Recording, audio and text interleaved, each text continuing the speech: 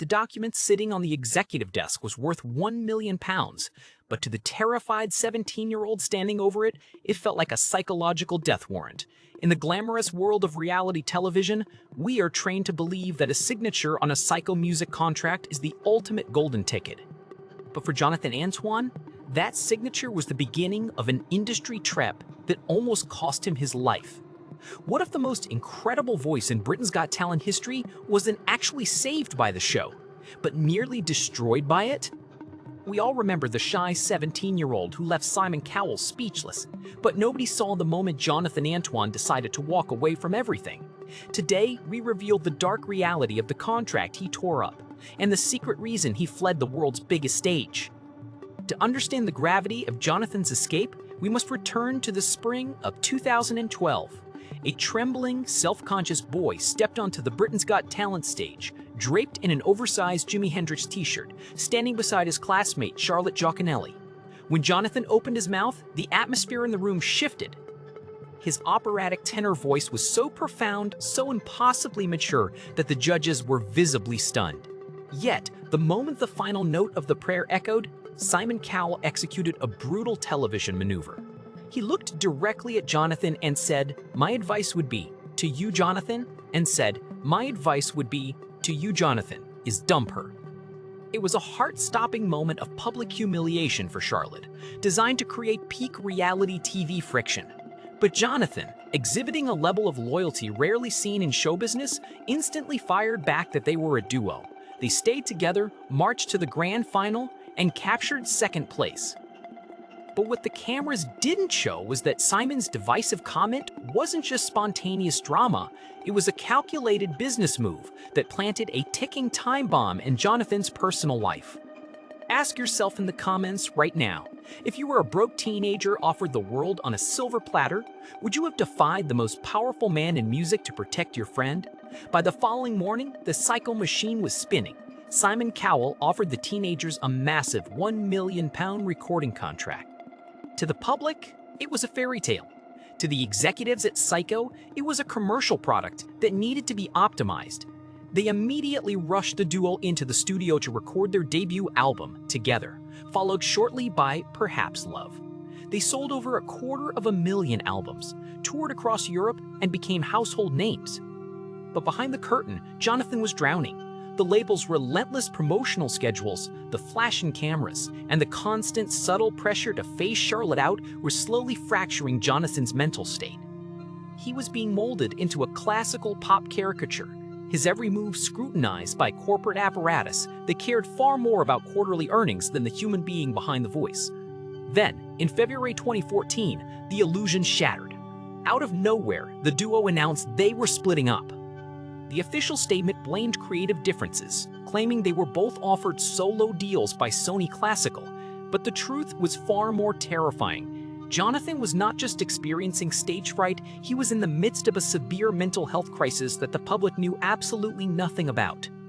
Behind the closed doors of five-star dressing rooms, the teenage tenor was struggling with undiagnosed autism and acute clinical depression. Years later, Jonathan would make a bone-chilling confession.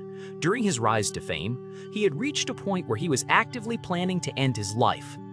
The very system that was supposed to have saved him was actually pushing him off a cliff. He had to make a choice, and he had to make it immediately. Keep singing for Simon Cowell or stay alive. The corporate mechanics behind the split of Jonathan and Charlotte reveal how major labels manipulate young artists. Syco and Sony Classical realized that a solo operatic tenor was far more lucrative than a teenage classical crossover duo. By offering them separate solo contracts, the label effectively forced the split they had been angling for since day one. Jonathan was offered a solo deal and released his debut solo album, Tenor, in late 2014, which topped the classical charts. To the outside world, he was succeeding. But the internal machinery of a major label operates like a meat grinder. They wanted him to perform at prestigious venues, do endless press junkets, and conform to the high-pressure lifestyle of an international classical star. They didn't see a neurodivergent teenager who was completely overwhelmed by the sensory overload of his new reality. he was forced to cancel a monumental performance at the Royal Albert Hall due to severe depression. Think about that. A young opera singer's dream venue, canceled because the psychological toll of his contract had become physically paralyzing. But how did the executives react to his breaking point? Instead of offering support, the industry did what it always does. It demanded he keep quiet and keep performing. This raises a disturbing question. How many of our favorite overnight stars are currently suffering in silence, trading their sanity for our entertainment? Write your thoughts in the comments, because what Jonathan did next is something almost no other major label artist would dare to do. For years, Jonathan felt like he was living in a matrix, a surreal simulation where his voice belonged to the public, but his mind was trapped in darkness. He was fighting a battle on multiple fronts. Along with his severe depression, he was trapped in a highly toxic relationship in his late teens with a partner who also struggled with self-harm, a situation that deepened his own emotional scars. He turned to food as a coping mechanism, his weight ballooning to a dangerous level. While the media obsessed over his physical appearance, calling him the teenage Pavarotti, nobody was asking why a young man was systematically destroying his body. The answer lay in a diagnosis that would take another decade to arrive.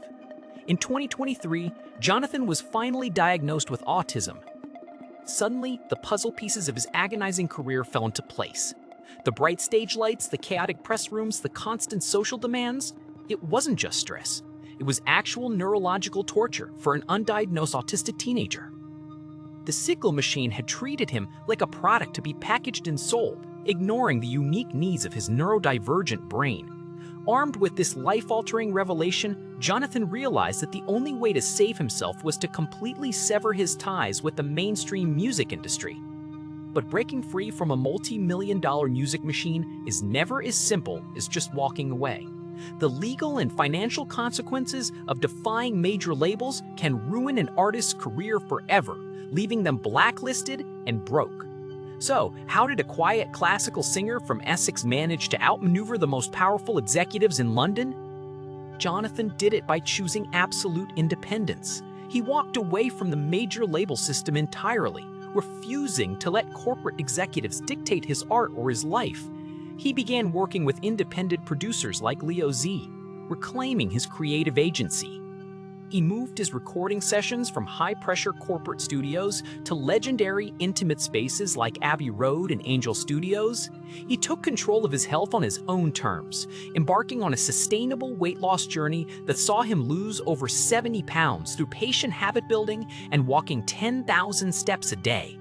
He did this not because a label executive demanded he look like a pop star, but because he wanted to survive.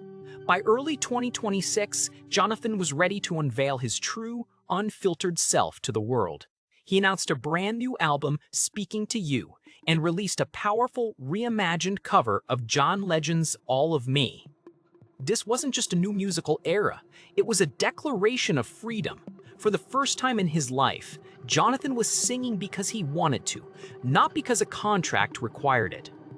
He had successfully dismantled the Pavarotti persona forced upon him by Simon Cowell, transforming from a manufactured television product into a self-governed, independent artist. Jonathan Antoine's secret flight from the world's biggest stage was never about a lack of passion for music. It was a desperate, courageous act of self-preservation. He tore up the corporate script to save his own life, proving that true success isn't measured by the size of a record contract, but by the ownership of your own soul. Today, Jonathan stands as a beacon of hope for independent artists and neurodivergent creators everywhere, showing that you can find your voice even after the industry tries to steal it. If you believe more artists should take control of their own careers, hit that subscribe button to support independent storytelling. Before you go, tell me, do you think Simon Cowell and the reality TV system should be held accountable for the mental health of their teenage stars? Watch our next video to uncover more dark secrets behind the world of television entertainment.